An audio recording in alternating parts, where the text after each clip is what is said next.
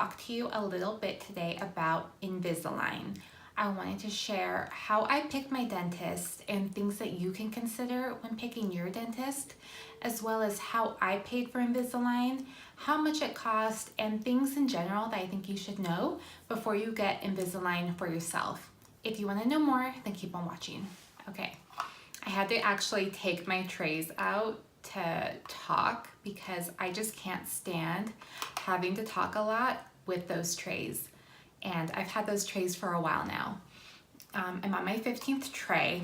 Each tray I keep for 10 days to 2 weeks. When I started it was 2 weeks, and then after the first 3 trays I started to be able to switch them out after every 10 days, and that's where I am now. So let's get into how I pick my dentist. Okay, so the first thing you should know when picking a dentist for Invisalign is to go to more than one consultation. I went to 4 consultations personally. I asked my dentist at the time, who was just my regular dentist, and he gave me a quote, and I wasn't really happy with it. I guess it seemed kind of expensive. I came to find out that that was an average cost. I want to say he quoted me around $5,000. So I put things on hold for a while, and then a year later, I started going to see more dentists, and I went and I saw another 3. So one, again, was another dentist who just happened to also do Invisalign. And then I went to 2 orthodontists. So when I went to see that one other dentist, I was kind of surprised that they were asking me for a referral from my dentist. Considering I have a DPO dental plan, I didn't really like to have to call my dentist and be like, can you give me this referral so I can go see another dentist for Invisalign when you've already quoted me? So they quoted me, the second dentist I went to quoted me, I think around $4,000, and that was probably not what they would quote everybody. I think their normal price is also around $5,000. They quoted me a little bit less because I happened to know the girl that worked there. But in the end, I decided I still wanted to go to 2 other orthodontists. So I went to 2. And when I went to my first one, that's when I learned that there was something called board certification for orthodontists. Of course, we know that for surgery, there's board certified, but I did not know that orthodontists could be board certified. The orthodontist I went to, she also specialized in orthodontistry. So I like that this was her specialty, rather than being a dentist that kind of does it all. It's my teeth. I only want to pay for this one time. And even though Invisalign in and of itself is a great company, where I think they do a lot on their end, I just wanted the best for myself. So I went to her office. I had a great consult. I was going to go with her, and then I was like, let me go to one more consultation.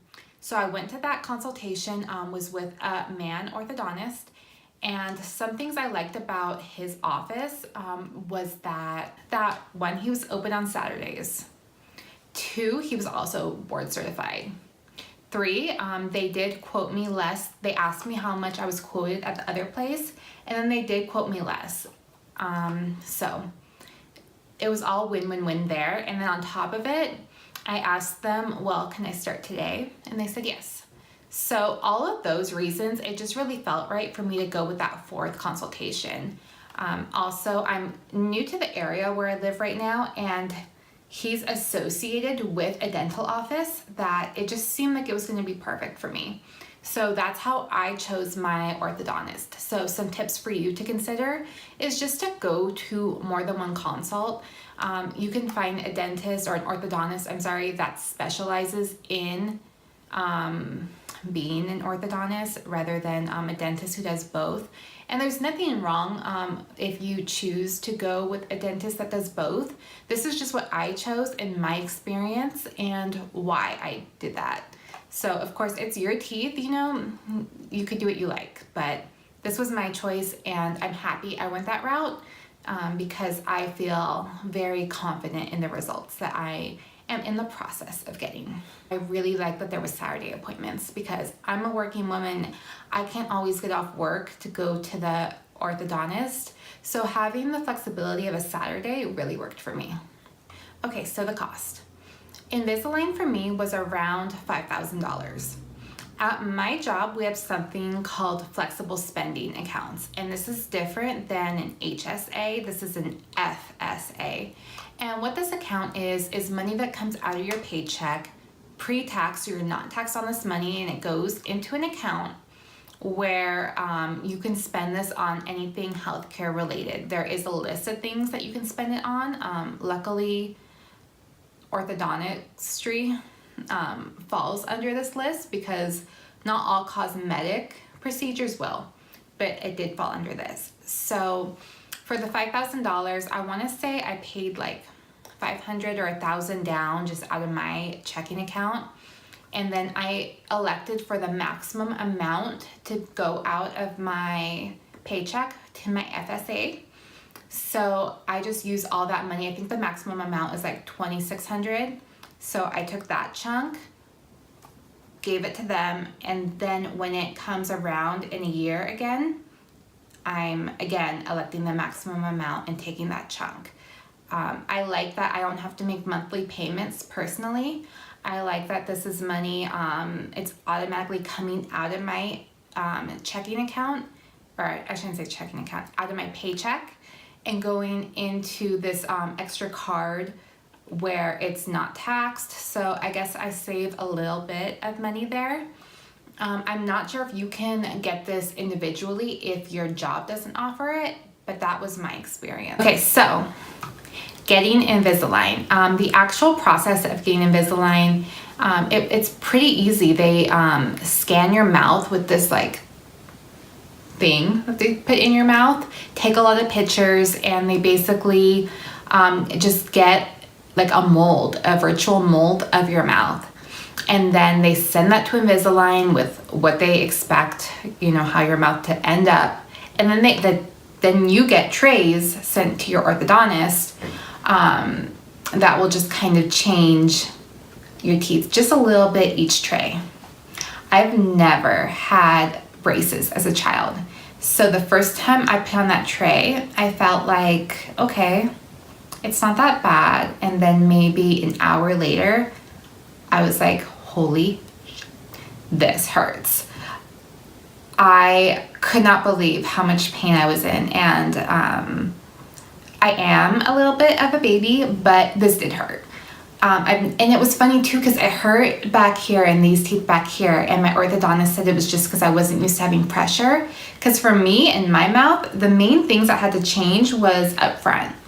So I just want to let you know, it hurt for 3 days, 3 days straight. It hurt, and then it got better. It really did get better. But those 3 days, I was like ready to pull these clear little retainers off of my mouth and just be like, I'm done.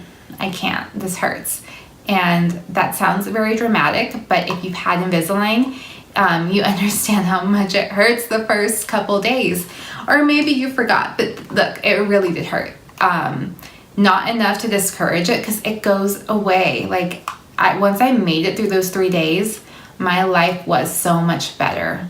I haven't had issues. At first, I felt like the plastic in my mouth and it kind of hurt my gum, but that was like the first tray. After that, I was good. I was golden. I had no issues. My trays fit fine. Everything fit good. They do give you these 2 types of little retainer boxes. And something they told me is just whenever you take your retainers out, put them in this little container. Don't wrap it in a napkin because you might throw it away and then you get charged because of that because you have to go get your replacement. And I'm lucky enough that I haven't had that happen. So just use your little, retainer boxes. For me, I'm currently on tray 15 and my original plan was 15 trays. But I can tell looking at my smile right now, I know that when I go in for my refinement in a couple days, I'm definitely not happy with where I'm at yet. So I imagine that they're gonna order me more trays because I had a little bit of a gap in my two front teeth and it closed and now it's open again.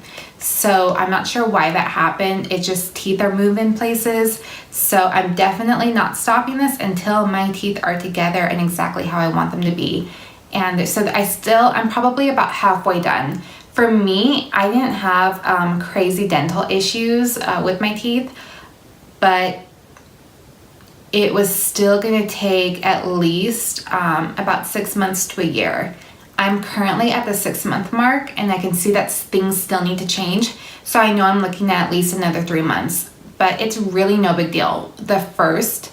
I would say first 2 to 3 trays is really difficult. And then after that, time just flies. And before you know it, you're at where I am now, like your 15th tray. But I know that some people, you have a lot more trays. You're like 37 and it's a long process, but it's really not that bad. Overall, I loved having Invisalign. I'm very happy with my decision to get Invisalign rather than traditional braces. I love being able to pop them out. My teeth are still moving even though I pop them out to make this video. Honestly, it's not that big of a deal to just pop them out for a little bit. I know they say keep them in for 22 hours, but I'm still tracking. I'm doing fine. It's not like the end of the world if you leave them out for 21 and a half hours. So everyone's different there. I'm not a dentist, do what your dentist says, leave them in for as long as your dentist says. I'm just saying that it's been very easy for me to have Invisalign. And as long as you're tracking, that's the most important thing. If you stop tracking, then you know that you've definitely been leaving them out way too long if you're not tracking. So, but yeah, that's it on Invisalign. If you have any questions, comment down below and I'll be happy to answer your questions. If you're considering Invisalign, good luck. I highly recommend it. And other than that, please subscribe if you would like to see any more videos. Thank you for watching. Bye.